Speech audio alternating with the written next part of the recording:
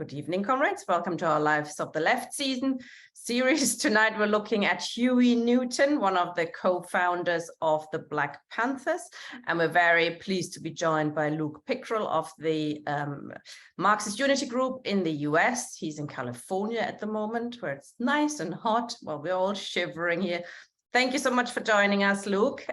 He's going to take about 30 to 40 minutes. And then, as always, we open up for questions and comments from the floor. Thanks, Luke. Yeah, absolutely. Thank you, Tina. So, thank you all for letting me come in and speak today.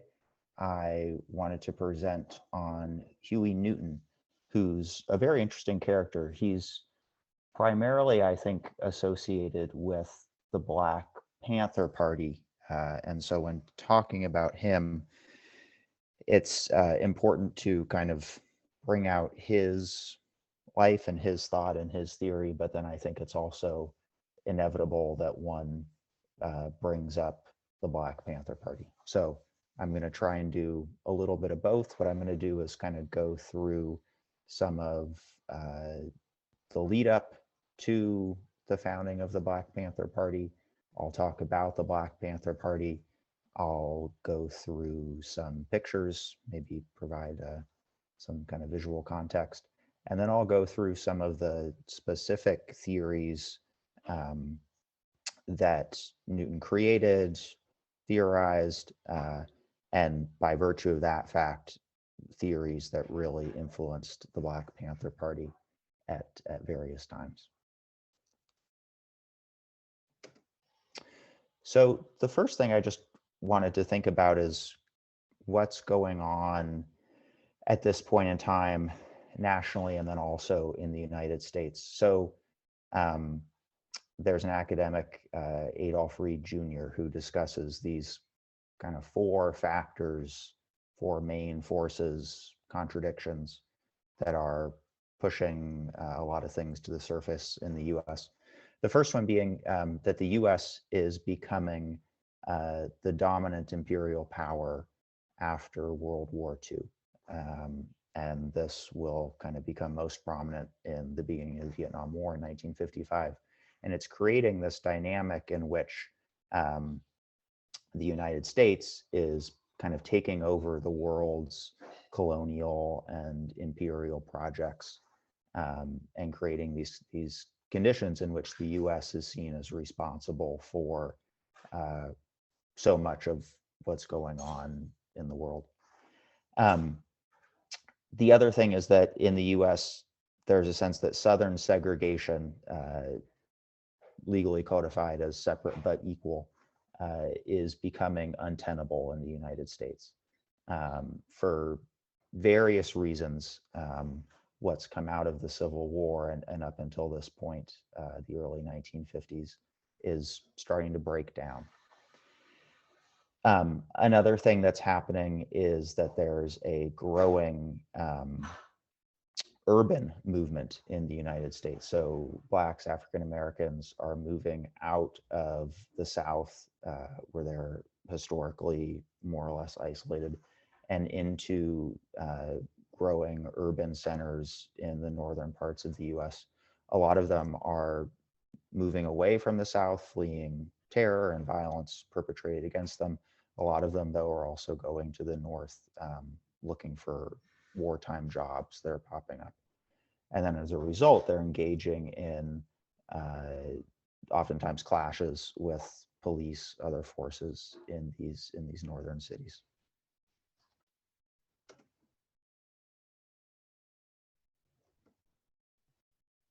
Let's see here. There we go. Okay, now I can change my screen. So really briefly, to run through some of the more prominent events that are going on at this time.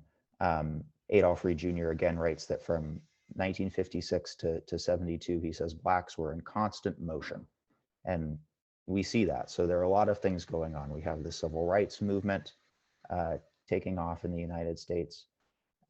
That's typically seen to begin with the Freedom Riders movement in 1961. Martin Luther King Jr. gives his famous I Have a Dream speech in 1963.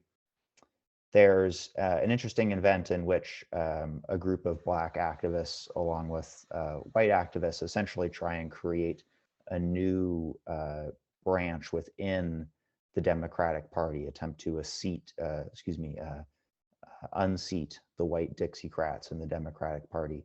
And that's defeated. That's often seen as kind of like the last gasp, perhaps, of like a explicitly nonviolent working with the establishment approach to ameliorate the conditions of African Americans in the United States.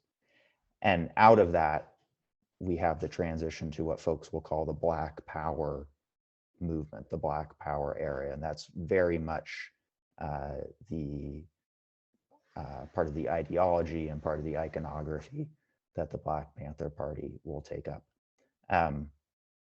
To kind of end our kind of historical overview, de jure segregation in the United States, that is segregation codified in law, is essentially put to bed through the Civil Rights Act in 1964, the Voting Rights Act in 1965.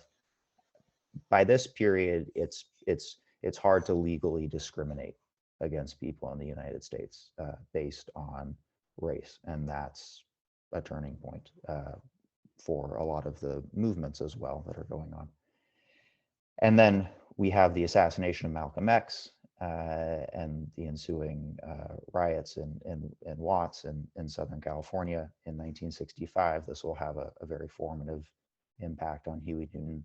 And then 1967, jumping ahead just a little bit, there's what's considered the long, hot summer in the United States, which is this summer, the summer of 1967, where there's just a lot of urban rebellions. Some folks call them race riots, especially in Detroit and Newark, New Jersey.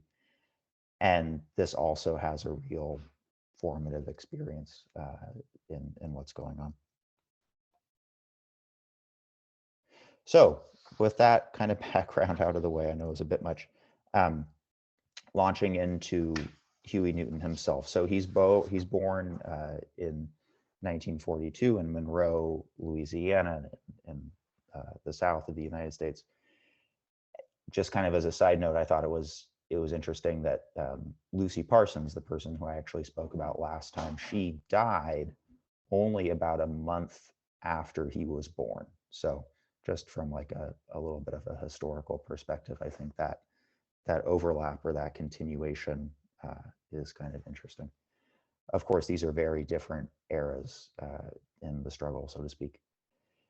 So he and his family are one of these families, as I described, who are moving out of the south to the north. They moved to Oakland, California, which is on the west coast of the United States. It's a port city with a lot of jobs building ships for World War II.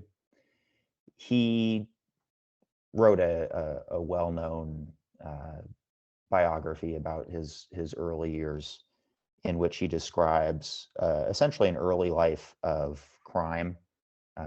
He, similar to Malcolm X, goes to some length to describe his early kind of petty crime career. He studies law originally, as he says, so that he can know the law when he inevitably gets brought in front of a judge. He's also initially attracted to existentialism, Sartre, Dostoevsky, and then he's very much growing up within the 50s, 60s milieu. So he's reading essentially everyone, but mostly Mao, mostly Che Guevara. Marx, I would say, is kind of on the back end of that. So just to kind of speed through some of his early years here. So he enrolls at a community college, Merritt College, in 1959, and he joins the African American Association, the AAA. It's through this group that he's first learning about Black nationalism in its various forms in the United States. He's learning about armed self-defense, and he's learning, again, like I said, a lot of the ideas coming out of the Chinese Revolution and the Cuban Revolution. He studies law and he meets Bobby Seale.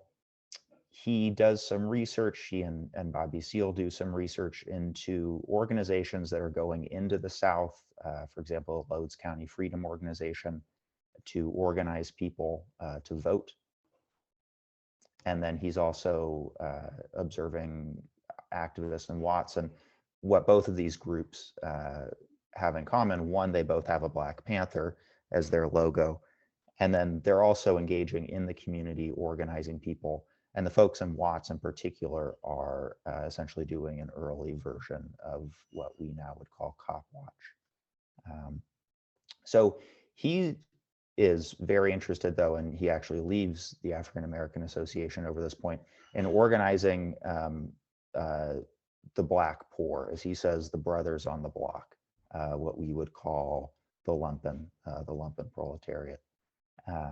He's interested in focusing on those folks, and he's interested in providing legal self-defense, organizing them in legal self-defense. It is legal at that time to carry a gun, so that's what's included. I'll get into that, though. He and Bobby Seale actually go door to door, asking people in the community, West Oakland, inner city Oakland community, what they want, what they need, and out of that comes the famous Black Panther 10-point program, which I'll go into at one point as well. And then the Black Panther Party for Self-Defense is actually founded in 1966. So out of that comes the party itself. So, like I said, I can go into some of those other points later. I know I'm going through a lot of history pretty fast here. So there are only a handful of members in the Black Panther Party in early 1967. Just as a side note, one thing you'll notice is that all of these characters are extremely young, early 20s at this point, and all of this history is going to happen very fast. This is all going to happen within a very short period of time. So this is early 1967. They're just getting started. There are three events, very briefly, that kind of throw the Black Panther Party into the national spotlight and increase their membership. The first one is that a journalist by the name of Eldridge Cleaver, who will come up again later, he wants to do an anniversary commemorating Malcolm X's assassination. It's been 2 years. He wants to have armed guards for Malcolm X's widow, Betty, and he actually asked the Black Panther Party to do that. They arrive in the San Francisco airport with guns, get into it with the cops. Things work out, but it's through that they're kind of thrown into the spotlight. The other then is the murder of a young man, Denzel Dowell, in Richmond, which is a city a few cities to the north of Oakland. And it's through that the Black Panther Party has kind of their first real interaction with the community, getting very involved in exposing this murder, having standoffs with the police, and very much kind of proving themselves as worthy of coming to the aid, I suppose you could say, of a particular community around a particular cause. And it's actually that murder, Denzel Dowell's murder, that will be the cover image on the Black Panther Party's first newspaper. It's kind of their coming into their own, you could say, in the eyes of the community. And then finally, and this one is probably the most well-known, is that because, if you can imagine it, you have a bunch of young Black kids with guns following around the police and intimidating them away, essentially. There's perhaps inevitably a bill that's introduced into the California Senate that says, we're going to change the law. It's now actually illegal to carry around a loaded weapon in California, which still stands. The Black Panther Party goes to Sacramento. They are in the Capitol when this bill is being debated. They actually have a run-in with, I believe then, Governor Ronald Reagan, And this is a huge event, you know, armed Black people in the Capitol building of California.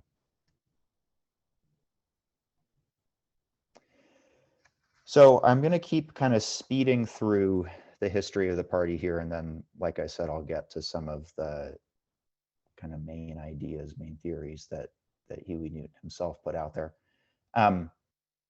Huey Newton is arrested for the alleged murder of a cop in 1967, and he actually then stays in jail until 1970. So these are probably three of the most high intensity formative years of the Black Panther Party that Huey Newton is away in jail. But as a result of that, he kind of takes on this character of being the one who is imprisoned and, you know, needs to be set free. So these free Huey, they call them free Huey rallies, spread like wildfire, essentially in California, but across the United States, and they become focal points for all of the what we would call the new left activity, building around these things. These are things that all groups essentially get behind, regardless of political ideology, race, sex, X, Y, and Z. Everyone rallies behind these free Huey groups. And then very importantly, the Black Panther Party is seen as, quote, coming of age with the merger of the Student Nonviolent Coordinating Committee, SNCC, which was another very large, prominent organization. And with them comes another person named Stokely Carmichael, who plays a pretty prominent role in the organization. So the 10-point party program is published for the first time in 1968. MLK has just been killed. Their membership peaks to a high point of around 5,000 nationally between 1968 and 1972. 69 is seen as the height of violent repression against the party. The repression that the party faced was always disproportionate to the real threat that they posed. But very famously, J. Edgar Hoover, the director of the FBI, called them public enemy number one, essentially the greatest threat to the internal security of the United States. And he especially highlighted, rather infamously, their free breakfast program, which I'll get to in a sec. So speaking of the free breakfast program, in 69, there's an orientation away from, well, this has already been coming, with the illegality now of carrying guns. The whole raison d'etre of the organization goes out the window, essentially. If they were originally there to provide armed legal defense for the Black community, that's no longer possible. And so part of this switch then is into serving the people, especially then what they would call survival pending revolution. And then that takes the form of a whole variety of clinics, legal aid, schools, free breakfast programs, essentially trying to provide for the Black community, what they would call the Black community, in all these areas in which the state, you could say, is not providing for them. So we come kind of to 1970. Huey Newton gets out of jail. The repression is intensifying. There are a series of pretty high profile, just out and out murders of Black Panther Party members. Probably the most famous would be a 21-year-old kid named Fred Hampton in Chicago. They are continuing to form coalitions with a large number of groups, and I'll just read off some of them. So they are working with the Students for Democratic Society, the Gay Liberation Front, the Women's Liberation Movement, the Red Guard of San Francisco, which is a Chinese American organization, the Peace and Freedom Party, the Young Lords, the White Panther Party, the Patriot Party. They organized the Stop the Draft Week. There are all these things going on. They also, very interestingly, are the organizers behind a mass gathering, somewhere around 15,000 people with all these different organizations present, to write a new constitution for the United States. That's in 1971. Nothing comes out of that, but they're there. They're everywhere, essentially, in the goings on of the 60s and the early 70s in the United States. Newton, just as kind of a little bit on his biography, he travels abroad in late 1971. He meets many of the higher ups within the Chinese Communist Party. He meets many of the higher ups in relation to the now independent and growing African nations. He leads with a lot of the North Vietnamese leadership. And this is kind of seen as the culmination of a lot of the international work that the Black Panther Party has been engaging with too. They have, for example, an embassy in Algeria. They are, very well respected in Cuba, so they have international connections as well. So again, as we're moving towards the thoughts and the theories of Huey Newton, who I know is the title of this talk, what comes up must come down, so to speak. So within, you could say within 5 years. Well, I suppose if they're founded in 66, you would have to say within about 8 years, let's say, of their founding, things are falling apart and essentially never going to get better for the Black Panther Party. And there are various reasons. One, which I'll get into, is the internal structure of the organization, always headed by the Minister of Self-Defense, is his title, Huey P. Newton. The other has to do with tactical differences. There are always differences within the movement about relationship to, one, to white people, two, to violence, how violence is used, and then also differences between the local organizations and the national leadership, always in the Bay Area. And I'll just say that briefly in regards to how people are organizing based on race and the use of violence, those differences are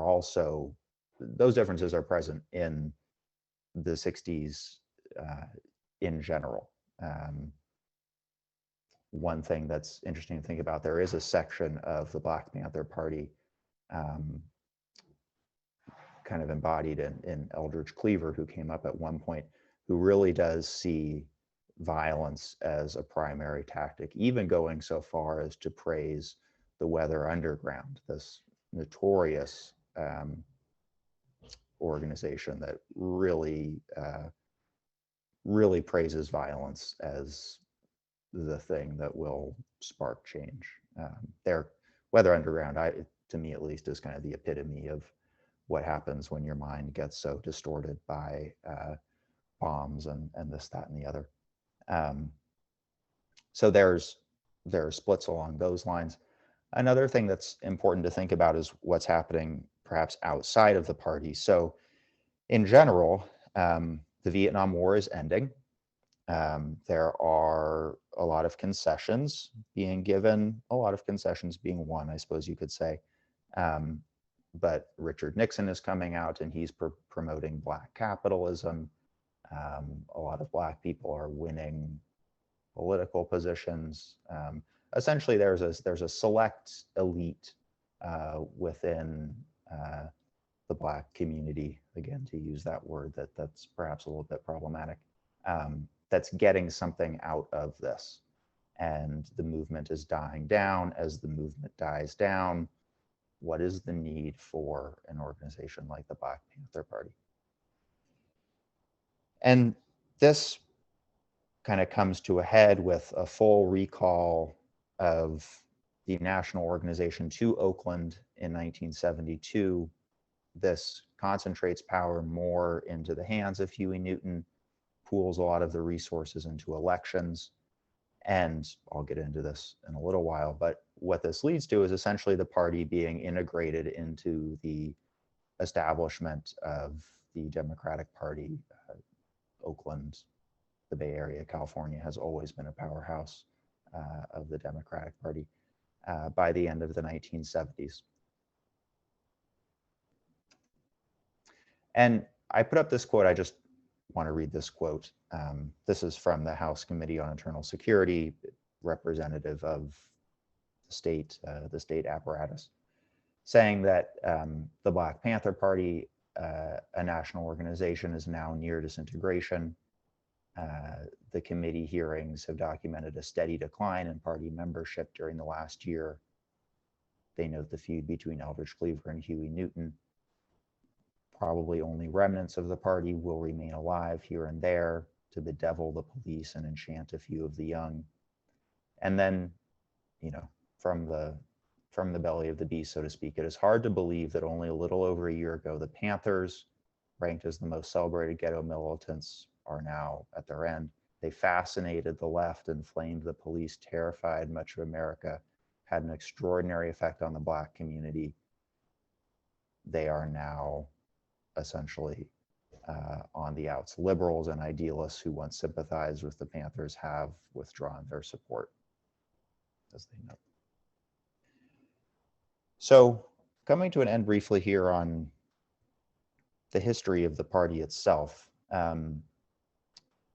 Huey Newton, little known factoid perhaps, he goes back to school. He goes to the University of California at Santa Cruz, mostly connected, I think you could say, with Angela Davis is a well-known name there. He earns his PhD in 1980. He writes his dissertation on the repression of the Black Panther Party. The party itself, its last office closes in 1984. And throughout this period, as I mentioned, the party is essentially unraveling. And one of those reasons, though it's hard to find specifics, this is widely acknowledged that it's hard to find specifics because there are, of course, folks who are saying things with their own agenda. But there are all kinds of allegations of violence and abuse within the party, with Huey Newton allegedly at the center of that. Beating people, assaulting women. He, at this point, is addicted to drugs. Things are spiraling, essentially. And as a lot of people have written, few things did as much to discredit the Black Panther Party in the eyes of the public as these allegations against Huey Newton.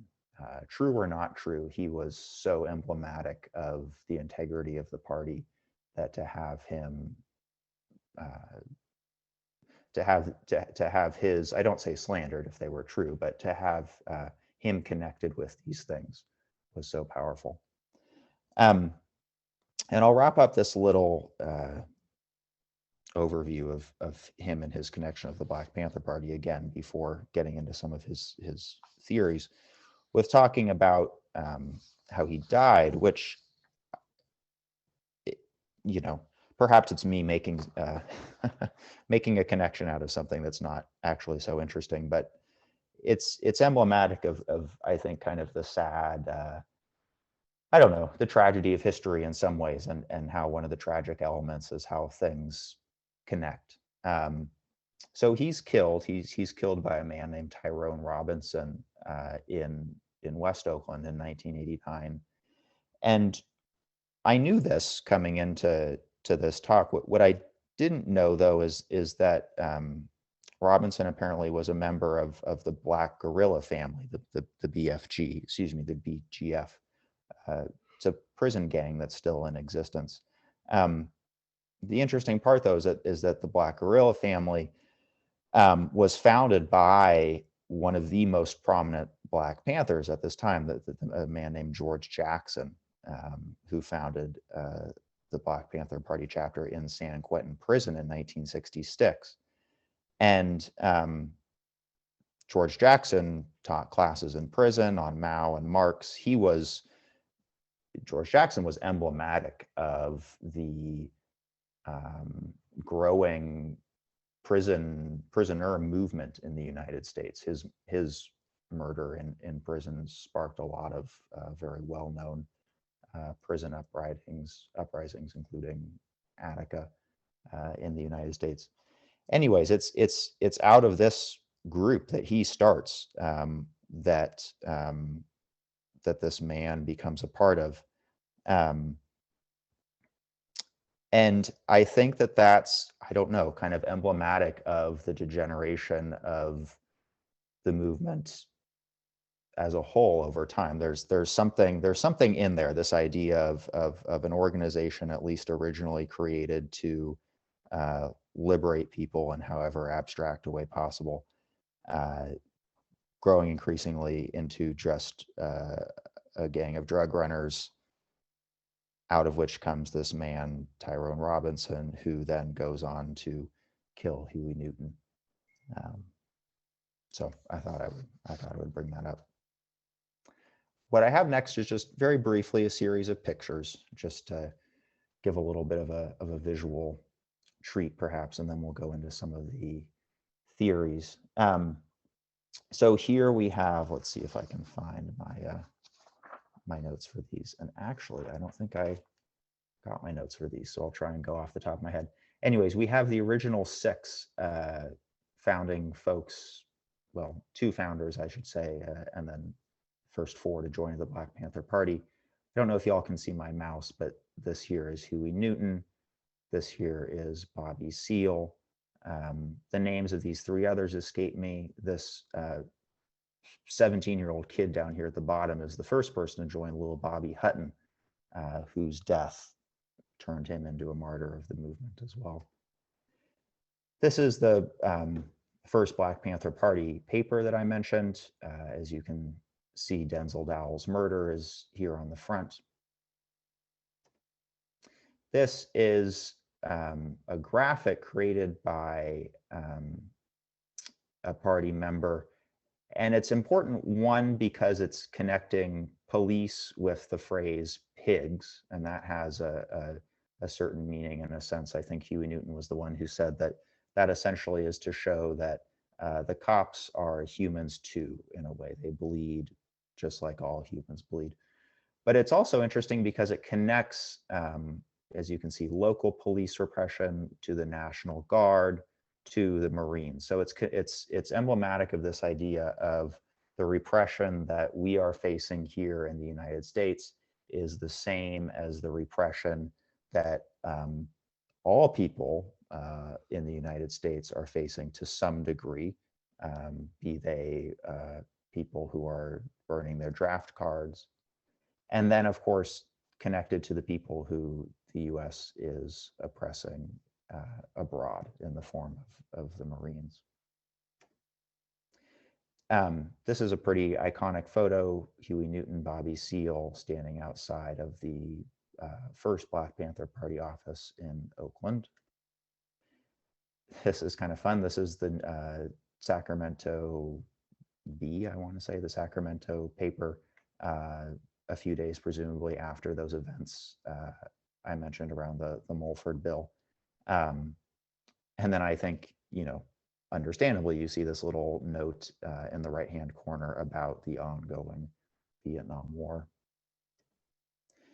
This is maybe the most iconic photo of Huey Newton. It's staged. It's him, I believe, in 1968. Here. This is a picture from one of the Free Huey rallies that I had mentioned. This is 1968 when Huey Newton is being run for US congressman. Bobby Seale is being run for state assembly. And I'm going to touch a sec on elections. Very briefly, this is the young boy I mentioned, little Bobby Hutton, who was killed when he was 17. This is a picture of one of the Black Panther Party schools. Note the image of Huey Newton in the back there. I believe that's also Bobby Seale. And then this is a Black Panther Party office in New York. That is Bobby Seale kidnapped. He is arrested at one point. There's another, the picture in a picture, you could say, and another picture in a picture.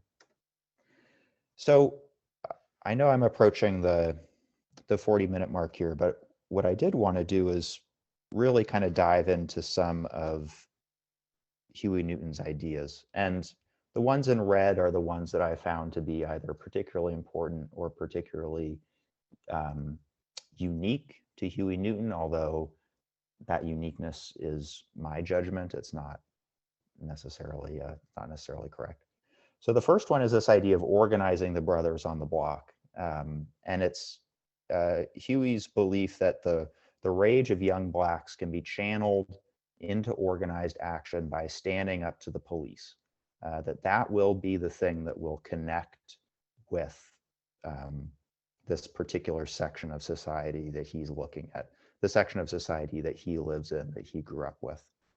And that then confronting the police violence will generate a base of support and teach people not to be afraid. So that's this idea of organizing the brothers on the block. The 10-point program I already went into briefly. Of note, I would say, is how they think of a party program being a set of demands made to the state, and then it's a program for the needs of the community. And a little later, then it's theorized as being a survival program, also talked about as being a lifeboat. Again, this idea of survival pending revolution. And some folks have said, well, this is actually the first articulation of what Black power means in the concrete. That's a bit relative. The program itself is not actually very concrete, but perhaps you have some articulation of what Black power means. I'm going to try and speed through these. So we have the idea of the vanguard party. The Black Panther Party must win the support of the community through social service programs. The people must be educated and nourished if they are to become revolutionary subjects. The Black Panther Party is the vanguard of this liberation struggle, and it will work in coalition with all organizations that accept the program, regardless of race or other identities. That part actually is important because there were a lot of groups, including SNCC, who I mentioned previously, who either wouldn't work with any white people or would eventually kick the white people out of the organization. So while there's a lot to critique, I think, about how race is involved in the movement, that element of even being willing to work in coalition with other groups was relatively progressive. The revolutionary subject, there's this interesting idea that the lumpen proletariat is going to be the revolutionary force.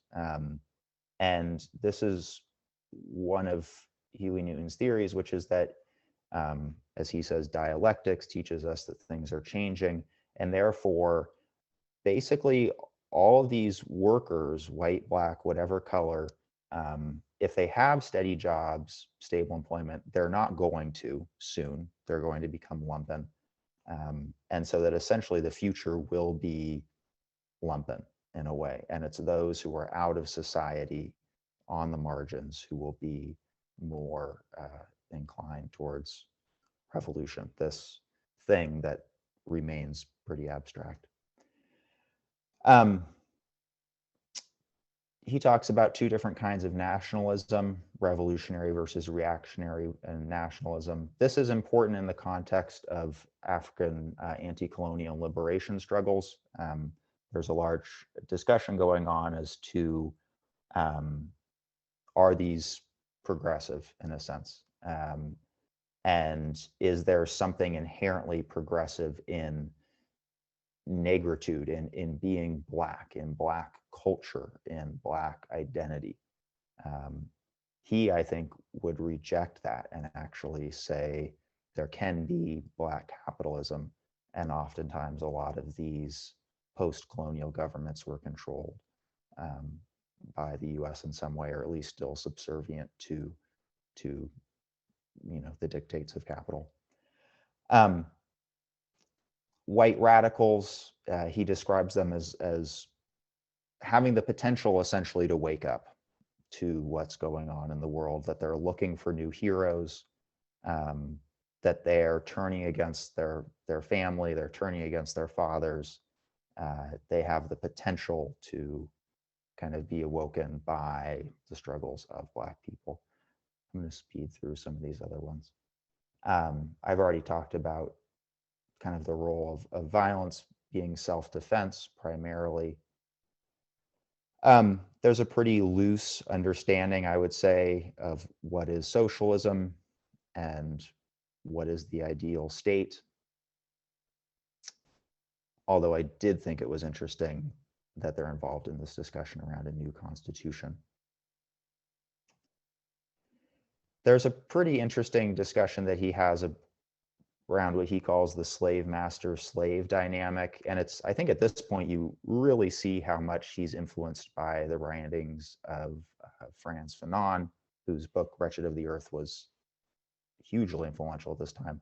But at no other point than when he's talking about this slave master slave dynamic do you hear so much of this kind of Fanonian psychoanalytic discourse way of seeing things going on. Internationalism is a very important part, and I'll come back to that in a sec. Before I come to a close here, I'll touch on some of these red points. This idea of reactionary versus revolutionary suicide, as far as I know, reactionary suicide and revolutionary suicide, those are terms that he coined. It's a whole interesting thing to get into, but I think it is interesting because it kind of serves as a motivating narrative. This idea very much connected actually with this Maoist slogan of to die, for the people is a heavy death, a weighty death, a meaningful death, and not all death is like that. But revolutionary suicide, the thing that he kind of guides his life around, is this idea of essentially that you love life so much that you're willing to risk everything for it. So that as kind of being a motivating narrative for him and for the party. And then I'll wrap up here by touching on intercommunalism and then the electoral strategy. Intercommunalism is very much his original idea, and it's essentially this idea that U.S. imperialism is so big that it's kind of created a world in which there are really no more nations. There are only essentially colonies that are connected to one another under kind of the umbrella of global US imperialist domination. And that within that relationship, one can kind of organize zones of liberation, essentially. Autonomous zones, liberated zones, communities. So for example, North Vietnam, North Korea, China, those would not be considered socialist states. They would be considered temporarily liberated territories in a way. And then that ties then into his electoral strategy. And I'll end here with the electoral strategy. The idea around pushing for political power in Oakland particularly is this idea of, well, Oakland will become a liberated area, and then we can kind of grow from there, creating more liberated areas. However, this is, I think, an area where Huey Newton can be really heavily critiqued. And I'll just finish by reading off some of these points here. So we know that Bobby Seale and Huey Newton had been run for office in California in 1968, and that Eldridge Cleaver had been actually run for president. Those were all propaganda proposals, as far as I can tell. Cleaver was automatically disqualified because he was too young. Huey Newton was in jail. So they're using these, from what I can tell, as for propaganda purposes. We can critique what's being propagandized, but they're not there to win the election with the idea of electoral cretinism, fetishism, as some people might call it. That's changed, though, by 1972. Again, just 4 years later. Things are happening so quickly. He's really championing elected officials. He calls for every Black, poor, and progressive human being to support the presidential candidacy of Shirley Chisholm, who's the first Black woman elected to Congress and the first Black woman to run for president in the US. And then, as I said, all party resources are pooled under Seale's run for mayor of Oakland, Bobby Seale's run for the mayoralship in 73. And he declares that upon Seale's victory, we will move to implement a people's program for the city and go from victory to victory across the country. But what he's talking about is special economic development plans for Oakland to promote local Black businesses, and this word that kind of makes you shiver, human capital endeavors. And then when Tom Bradley is elected mayor of LA, Newton says, we hope you will bring us closer to true freedom and justice in Los Angeles and everywhere else in America. So I'll end some of that discussion on, I don't know if it's on a low note or whatnot. Here very briefly is a picture of 1970 of Huey Newton in Oakland with a bunch of kids. Funny enough, I guess there's a story about this one little girl who looks totally freaked out. I think she wrote about that later on. But I'll go ahead and I'll stop the share and turn it back over to you. Thank you very much. Very, very interesting, I think, especially because, you hear about the Black Panthers, but probably none of us are experts. So comrades, if you have a question or comment, please click raise hand. I've got a few questions to get things going, perhaps. It's quite amazing. They only had 5,000 members because they did get at some stage quite a lot done, didn't they? The community projects you were mentioning, free, schools and free breakfast and those kind of things, which is quite, which did remind me a little bit of what the SPD did in Germany, but that was millions and millions strong, and they organized clubs like that. But in terms of the confusion, there seems to be a massive programmatic confusion about where they, who they align themselves with, which strategy they do, which political, strategy they follow, etc. And you explained really well how they, gone from one to the other and back, and then electoral cretinism, which I think is you've identified correctly and rightly. In terms of two questions, really, it's sort of the idea of organizing Blacks only. I guess that's what they allowed. I mean, you mentioned they had alliances with others, etc., including the White Panthers, which is interesting. But in terms of membership, that was only restricted to Black people. Is that right? Yeah, so membership was restricted to Black people. There's a quote from Huey Newton at one point. I don't know how much to read into this necessarily, but he says that whites and Blacks essentially can't work together until all Black people can work together, which, on the one hand, I want to come down very hard on him, even though I don't even really feel like I have the credit to do that. But I think it's emblematic of not seeing class in a thing, and seeing a Black community. That word community came up a lot. There was an understanding of differences within within all folks one could call Black. But yes, party membership was excluded to Black people, and I don't know necessarily that. Well, just as much as that time was an ethos of, well, us white people should organize independently as well. We should form we should form the White Panthers. We should form the Young Patriots, I think was a party that I mentioned at one point. They actually had the Confederate flag as their logo, which there's a very interesting picture actually of them in a meeting with the Black Panther Party and I think the Young Lords, Puerto Rican nationalist group, in which you have the Confederate flag, the Black Panther flag, and a flag associated with Young Lords.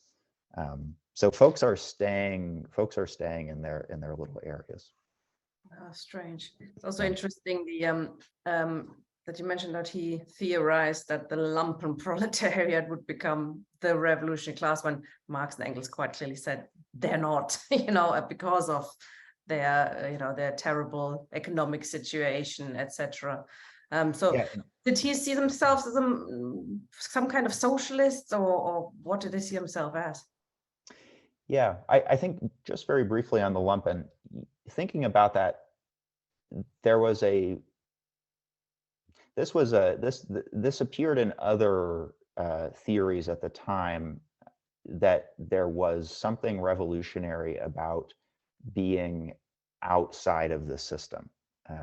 That was not unique to his idea of the lumpen, but this was Eldridge Cleaver, I think, who talked about this. It was them not being connected to the system. It was them not having a job. It was all these knots that then became the thing that imbued them with potential and power.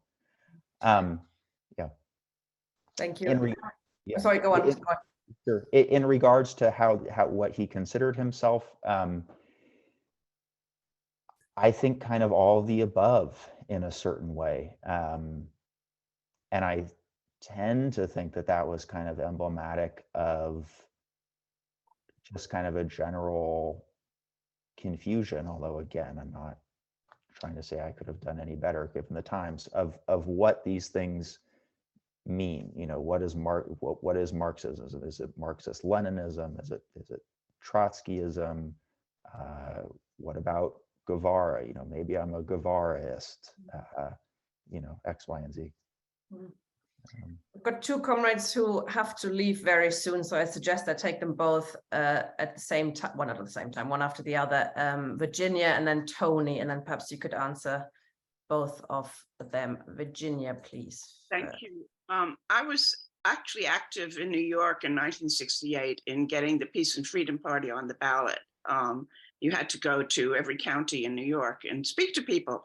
And that was kind of interesting. And we did get Eldridge Cleaver on the ballot in New York, actually. But I had, and what was also interesting at that point, because there had been, this kind of, the Black Power movement, and this represented a coalition. And it was a good way of talking to people all over New York State about the Black Panthers and that sort of thing. I mean, I left the States for England not long after that period of time. But my question, so yeah, he did. I'm just saying that there was a lot of organization to get the Peace and Freedom Party on the ballot with Eldridge Cleaver as the candidate, and we succeeded in doing that. That meant that in all the many counties in New York State, people had to sign a petition saying that they wanted to see, and that had to be examined, him on the ballot. And I think in California, they had to do more than that. They had to go and deregister if they were a Democrat or a Republican or whatever, in order to re-register the Peace and Freedom Party. So that was a very complex position. But my question really had to do with something that I kind of wondered about. I mean, obviously, California state law allowed people to carry guns in public, which was how the Black Panthers first, got publicity by, trailing police who were making an arrest. But my question is really, did California change the law? They changed the law about carrying guns in the open after the activism of the Black Panther Party. Thanks very much. I'm going to bring in Tony quickly to ask his question. Yeah, well, thank you very much, Luke, for a very interesting talk. I know a lot more about the Black Panthers than I did before you spoke. I was just going to comment on things like not accepting whites and so on into their ranks. Clearly, the Black Panthers were a separatist reaction, and not uncommon to white racism and what they saw as white capitalism. But they were heavily influenced by the left and by the radical zeitgeist of the time. And so they became the #1 public enemy of the United States establishment, the political and military and FBI and so on. And we know that they went to great lengths to literally wipe them out on occasions.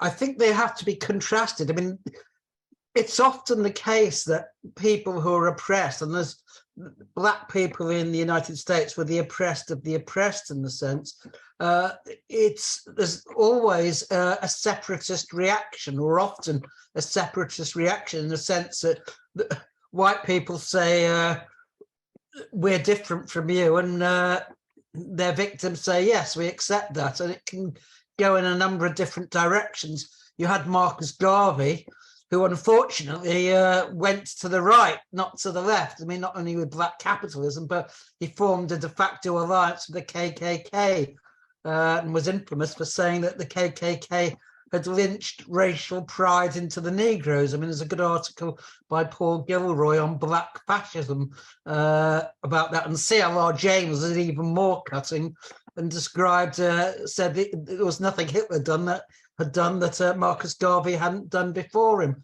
Likewise with Zionism, it's a separatist reaction, but of the most reactionary kind. But I think with the Black Panthers, they were in essence extremely progressive, and they weren't simply anti-white. I think it would be a mistake for anyone to say that. I'm sorry, but I have to go in literally now, but thank you again for your talk. Thanks. Luke, do you want to respond to those two? I'll listen very quickly. Yeah, sure. Maybe just going off of Tony's point before he heads out. I mean, I think that's true. I mean, you know, you pointed to the long history of separationist, nationalist organizations in the U.S. ranging, gosh, you could probably even go, you know, various schemes of various motives prior to the Civil War for what to do with Black people in the U.S. Do you send them away? Do you send them to, you know, Liberia, I think was, you know, a possibility at one point. And then, you know, then approaching, I suppose, the beginning of the 20th century with Marcus Garvey, you know, infamous for the kind of logic, I suppose you could take, that he took Black separatism to that ultimate conclusion. And then also well known for, I think, creating these immensely popular movements. Although there is a very interesting, I think, critique of Black nationalism, and then also tied in with that, a critique of this idea of the Black Belt thesis, or the internal colony thesis that the Communist Party has, and to the extent that that separatism actually reflects an actual desire that African Americans had in the United States versus something that was either not actually that popular, or at least took a second fiddle, perhaps, desires for integration, but that there's a long history of that relationship. And then, yeah, I don't. It's an interesting discussion as to their relationship with white people. if there was a stronger Black nationalist, total segregationist element, and I think acceptance of the internal colony thesis in the beginning of the movement of the party, that starts to change, I think, as the years go by. And there's no overt hostility to working with other people, regardless of race. And I'm thinking of, I have some things written down about what Huey Newton had said about the so-called, white radicals. One, it was very important for them to embrace the anti-war movement, because I think the anti-war movement had this connotation of being the whites movement in a way. But for him, and not just him, but for there to be a recognition of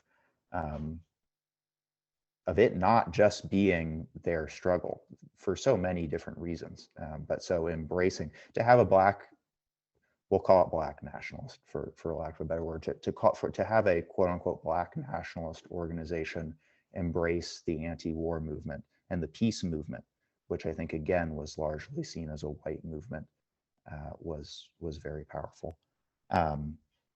Just very briefly, he says, the white radicals are rebels from the mother country. They're looking to wash away the hypocrisy of their fathers. They don't experience racism and they're better off than most Blacks. Their revolt is abstract.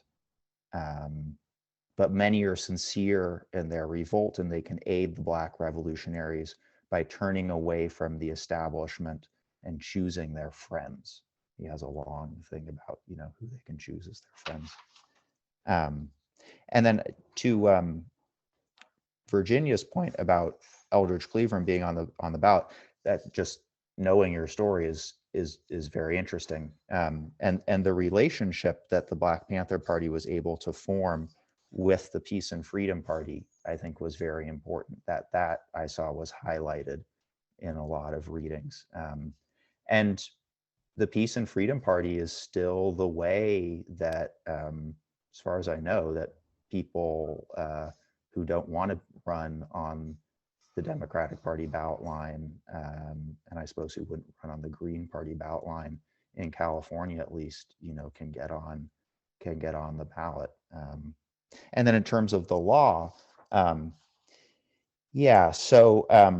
the Mulford Act did pass, and it was the wording of the bill was, it was a response to increasing incidences of organized groups and individuals publicly arming themselves, and it made it illegal to carry loaded firearms in public.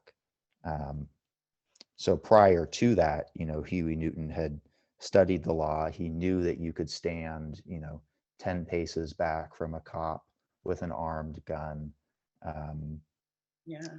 And they were very verbose. I mean, you think about, they and they would criticize, they called another group paper Panthers, I think, because it was a little inside secret that group carried guns, but they didn't have any shells in the guns, whereas the Black Panthers would always say, our guns are loaded. But that was then made illegal.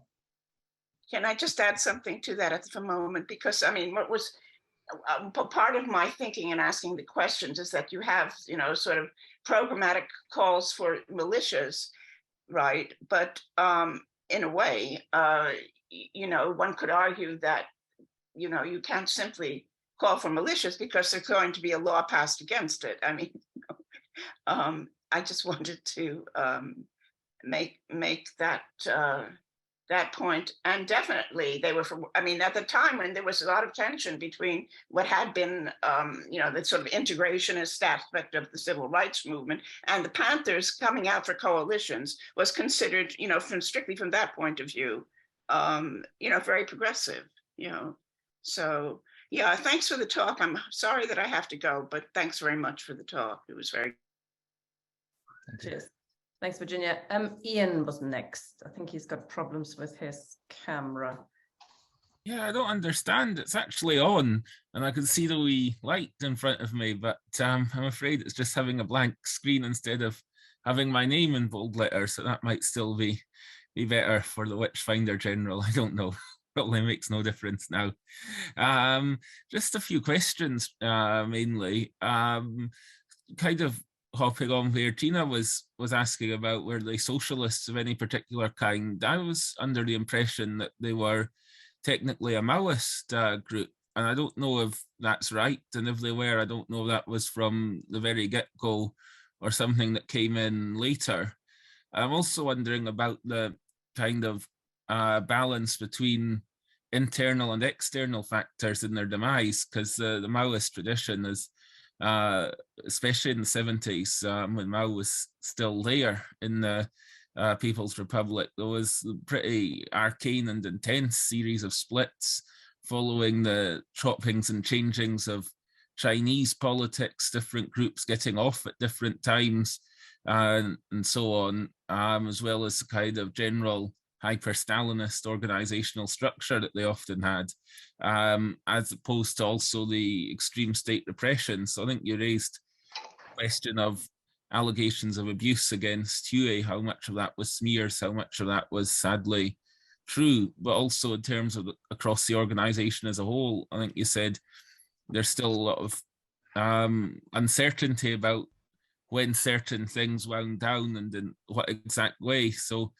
to what extent was it, even more than we know, the COINTELPRO, and to what extent was it a failure of their own perspectives and organization? In terms of the COINTELPRO, I think it was Chomsky said, I certainly remember somebody saying, it's a very interesting contrast how Watergate and COINTELPRO, which targeted a whole range of groups, but the Panthers, I think above all, in J. Edgar's words at least, they came out at the same time, and they were both aired even in Congress and stuff, but a completely different way that they affected the political system. That this one burglary, which was wrong, of course, but targeting the mainstream opposition alternative party of government, as opposed to this whole range of illegal state repressions and even murders targeting the radical movement, was seen as a lesser scandal and more quickly forgotten. Though in terms of the Panthers' own failings, Eldridge Cleaver, I put in the chat, wasn't he also a misogynist? And Matthew correctly said, yes, he was a rapist and proud of it. I think there was a big split. Probably the biggest internal struggle was between him and Huey. I think he ended up completely out of the organization. I wonder to what extent even he might have been a state plant, or if that's too conspiratorial, if he was just going in the wrong direction. I also wonder, and do correct me if I'm wrong and stereotyping in any way in this, but I do wonder if he was skirting the line between political violence and straightforward criminality. And finally, on on the White Panthers, was there any difference between the White Panthers and the Young Patriots? Were they both kind of white sympathizer groups? And I put almost mischievously in the chat, I take it they were sympathizer groups, not a group of fascists, which is what I might have thought if I just heard the name. Though when you say they were waving the Confederate flag, I do wonder, talking as a white guy myself, I don't see that as my culture, certainly not my politics. And finally, on a lighter note, was there any connection to the comic book that apparently came out around the same month that the party was founded? Was it complete serendipity that they both chose this name? And in general, what did inspire Huey to come up with that inspired name, if it wasn't the comic book and if he didn't also inspire it? Thanks. You want to reply, Luke? Sure. Yeah, there's so much there. I suppose briefly on the name. I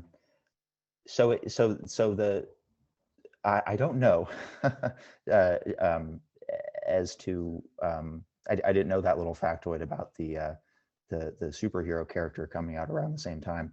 I will put a little asterisk aside and say it is interesting currently to see how Black Panthers are used. For example, in the first Marvel Black Panther movie, one of the characters grows up in Oakland, and in one of the scenes, they have that famous picture of Huey Newton sitting on his throne in one of those rooms. So anything, the lesson I take from that is just that anything, anything can be put into a Marvel movie, and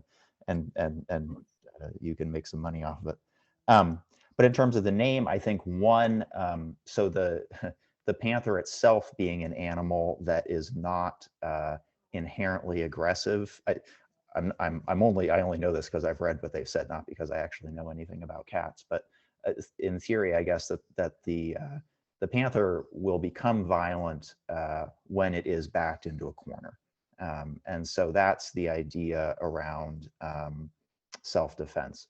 But the other thing being, I think I mentioned the Lowndes County voting organizers who would drive around in a vehicle with that panther on the car.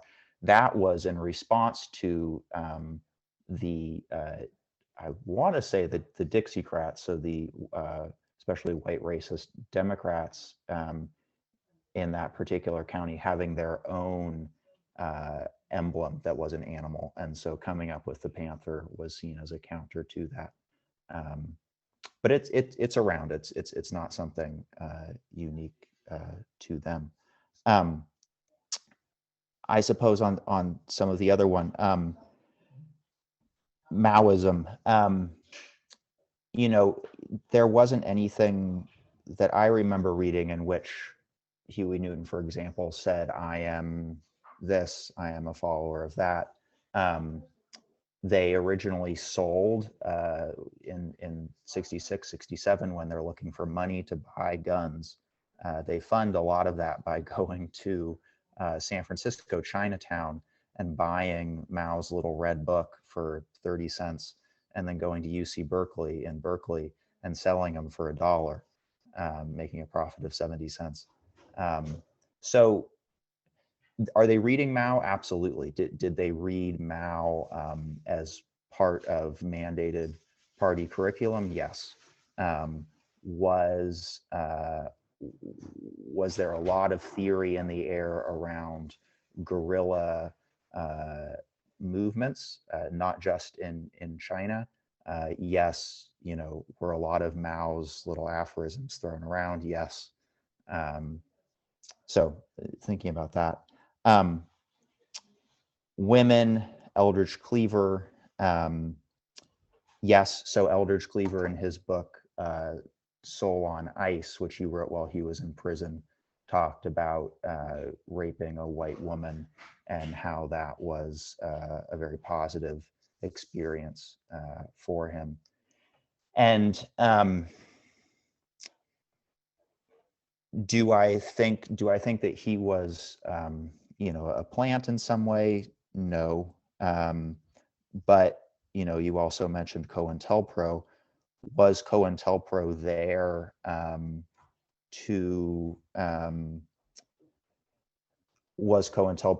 to heighten conflict? Yes. And so that was part of COINTELPRO's way of operating. Could be out and out just murder, but also ways of kind of sowing difference and discontent. So then I think that also then ties in with your question around internal, external factors. I'll say this, I think there's a popular narrative that says the Black Panther Party failed because of violent state repression. And if it hadn't have been for violent state repression, things could have been otherwise. Maybe. And no doubt the violent state repression was intense.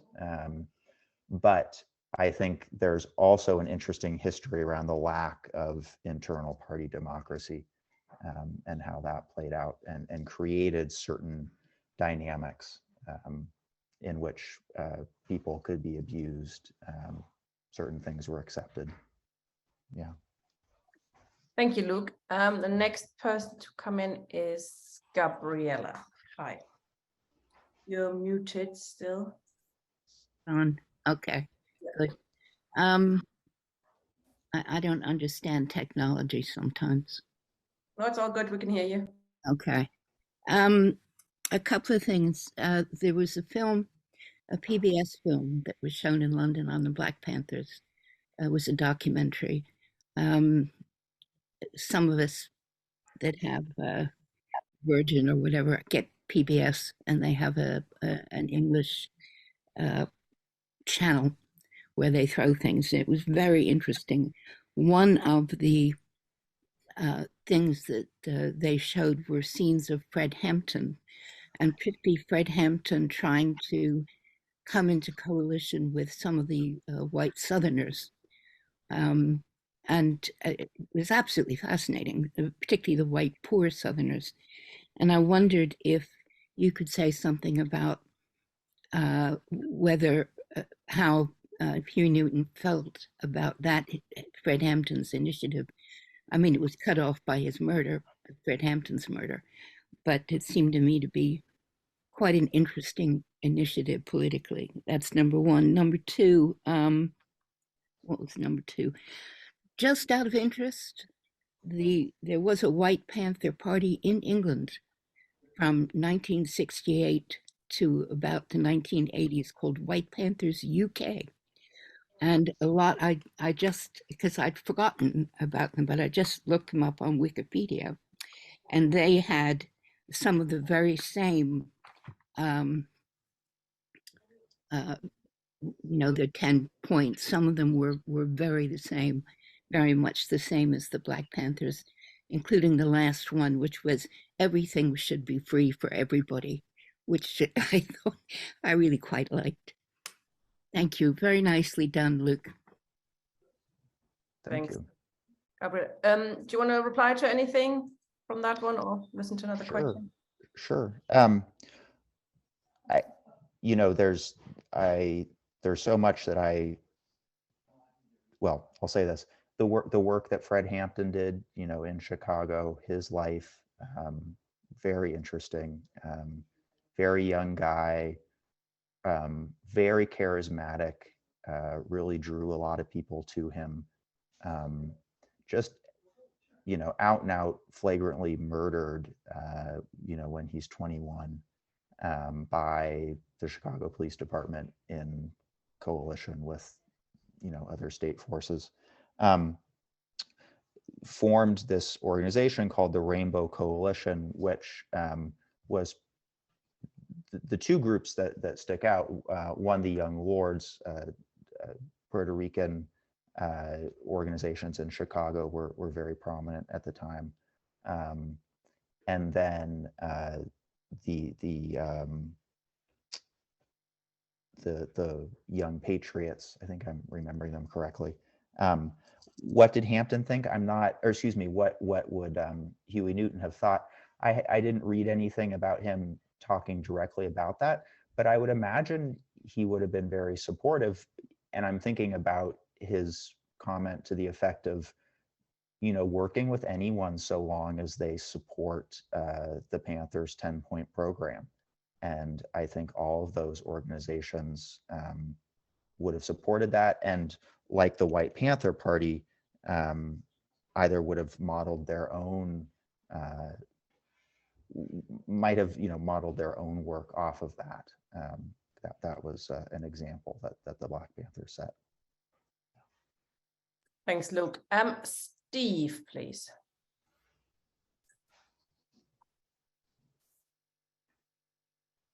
Myself.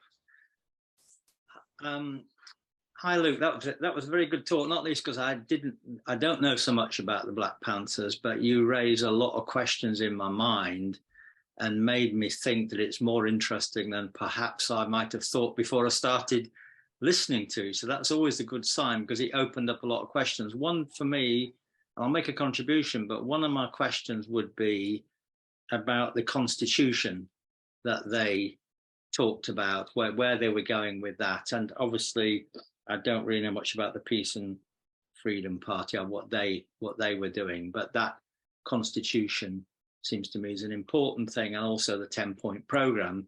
But I don't know if he did put up the 10 points. I can't remember. You know, you certainly told us some of them, but I think the program's also very interesting. So let me make my own observation, having just listened to you. So I can see that obviously they're not a Marxist. This is not a Marxist party, but I can see two strands from what you've said in that politics. One comes from republicanism and one comes from socialism in the things that you said. And it's a kind of, I would say a revolutionary nationalism can also be revolutionary republicanism. In other words, that one is looking in a different direction. Now, obviously, in England, we tend to think of republicanism as basically, have you got a king or not? You know, we've got a king, so we're not a republic. Whereas in America, you're a republic because you're a republic because you haven't got a king. But that's really to miss the point about republicanism and its importance in American culture, from which we can learn something. So the essence to me of republicanism is about people power, power coming from below, people taking control of their environment. That's the real essence of republicanism. It's not about who's sitting at the top of the pile. It's actually about community activism. And it's about liberation and freedom. All of these strands seem to me to play a big role in what you've been talking about in terms of the Black Panther Party. And you could think that the source of this, therefore, is the failure of the American Constitution, which was essentially a white republic or an apartheid kind of republic as a result of the Civil War. So in other words, the American Republican dream, whatever that might be, excludes Black people from that and oppresses them and represses them, etc., in all the ways that we know. And so you could see that this is a kind of a reaction to that, because the elements of republicanism in community activism, all organizing in the community, things coming from below, community, caring for the community, those ideas, freedom and justice, and of course, not forgetting self-defense and the right to bear arms, which obviously figures very important in what they're doing. I mean, the American, we keep hearing about everybody's got guns in America and you've got a right to bear arms, but when these guys turned up with their guns, they weren't too keen on that at all and had to start trying to stop that. So you might say carrying their weapons is doing what the American Republic claimed that people did have, which was the right to bear arms. So you could put all those elements together and sort of say, you know, that there is a Republican element in that, not just that, by the way, there were socialist ideas mixed up with that as well. And therefore, that's why I get to the Constitution. Because therefore, in that case, where does republicanism go if it doesn't say this Constitution, this American Republic is broken, that the people, it doesn't give us the freedom, it doesn't give us the democracy. And so it seems to me they've arrived at a kind of Republican conclusion that the American Republic is not working for Black people. And that's a conclusion that is alive today, even though the Black Panther Party is obviously gone into history, as it were. And so I think that's really very important, because I think that lesson is one which the American left has to take up today in progressive politics, in socialist politics. We have to deal with that failure of the American political system. We were just listening, I think, Tina, you remember last week with, and I've forgotten the comrade's name, but he was talking about Dan's talk, a really interesting talk he gave about the failure of the American Constitution. And this could be part of that whole long process of the left struggling for some of those ideals of the Republic, which the people never got, obviously. It was stolen from them by capitalism. So my question, and come back to my question at the beginning, end on this point, just to ask you a little bit, can you say any more about this constitutional idea that they had? And and secondly, do you think the thesis that republicanism is a sort of strand in their thinking, a republicanism of community activism, self-defense, the people's militia, all those other Republican ideas, which I think are in that culture in America, and they just said, we'll have a bit of that ourselves, and that wasn't acceptable. Just before you come in, Luke, I've just looked up the 10-point program and put it in the chat. And it's interesting, the last point sort of quotes from the Constitution at length, doesn't it? It's an inalienable, blah, de blah. It goes at great length from quoting from that, which I thought was quite interesting. But perhaps you could reply to Steve in a bit more detail. Yeah, well, I think the overall topic of the Republican influence and the Constitution, I think, is really interesting. There are two parts about the 10-point program that I think touch on that maybe just a little bit more explicitly. You know, so the 10-point program, it has these 10 demands, and then it has a description, elaboration on each point. And the elaboration on the 10th point, which escapes my mind at the moment, but the elaboration is just them cutting from the Declaration of Independence, where it says, you know, when in the course of human events it becomes necessary for one people to dissolve the political bands that connect them, and so on and so forth. So this idea that, you know, when the system that has been created by the people, or nominally by the people, is no longer working for them, that they have the power to change that, and change that through a revolution. The idea of promises and kind of promises made, or I think the potential of kind of what could be in a certain sense, because I think that's what a lot of these,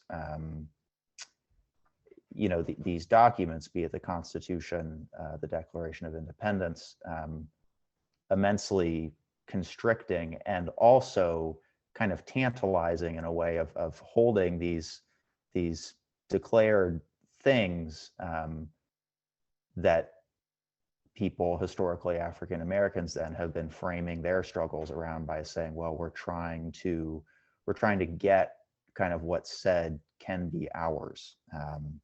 You know, I think I was just remembering a famous Martin Luther King quote. I don't think it was what he said during his speech on Washington, but he framed it as, you know, we've been given a check and we try and cash the check, and the check comes back saying, you know, insufficient funds. It's a bad check. Part of the 10-point program, I think there's a part in that where it says, you know, hey, during Reconstruction after the Civil War, we were promised 40 acres and a mule. We were promised land and, you know, some livelihood. We'll take that now. We'll take it in cash, but we'll take what we were promised in a way. So I think that flows through all of this. I mean, and even the idea, you know, that was so generative for the Black Power movement, I think, was this idea of we got, you know, in 64 and 65, you have these two kind of landmark bills that you know, de jure eliminate racism. We've supposedly got these things, but what's really changed? And then briefly on the, you know, I would like to look more into the convention. It was called the Revolutionary People's Constitutional Convention. It was held in Philadelphia in 1970. And it brought together all of these different folks, the Black Power movement, Asian American movement, Chicano movement, American Indian movement. And I think the idea was to kind of hash out a program, a new constitution that would include a little bit from everyone. And the whole thing kind of fell through for various reasons over the course of 2 days. But in terms of, you know, discussions around the Constitution, I think that was very interesting. Thank you very much, Luke. I don't think we've got any more comments with their hands up. Perhaps as a last question then, and for you to sum up, what was the most sort of surprising thing you found about Huey Newton when you were researching him, and what do you think what's the key thing we should remember about him? Yeah, well, that's a good question. I think overall, Huey Newton is attached to the Black Panther Party, and rightfully so.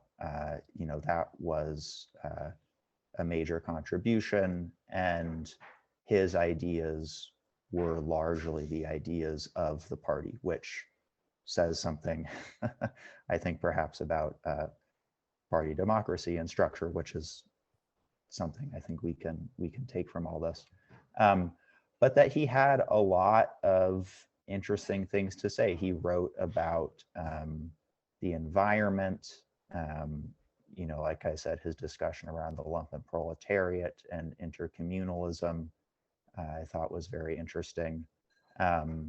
And his ability to connect with people. He was not a good orator.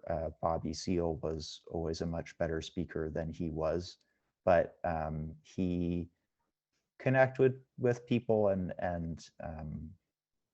really worked towards that, and had his flaws, I would say, like we all do. And I think the idea, just coming out of that, the idea is then to create organizations and structures that can account for those things and kind of put democracy first and foremost as much as possible. Great. Thank you very much, comrade. And thank you everybody for watching. I think that was very educational for most of us, because it's not something you learn here, as most working class figures from history we don't learn much about in school or in the media. Next week, we'll be joined by Matthew Jones, who is introducing Victor Surge to us. Thank you very much, Luke, and good night, everybody. Bye-bye. Thank you very much.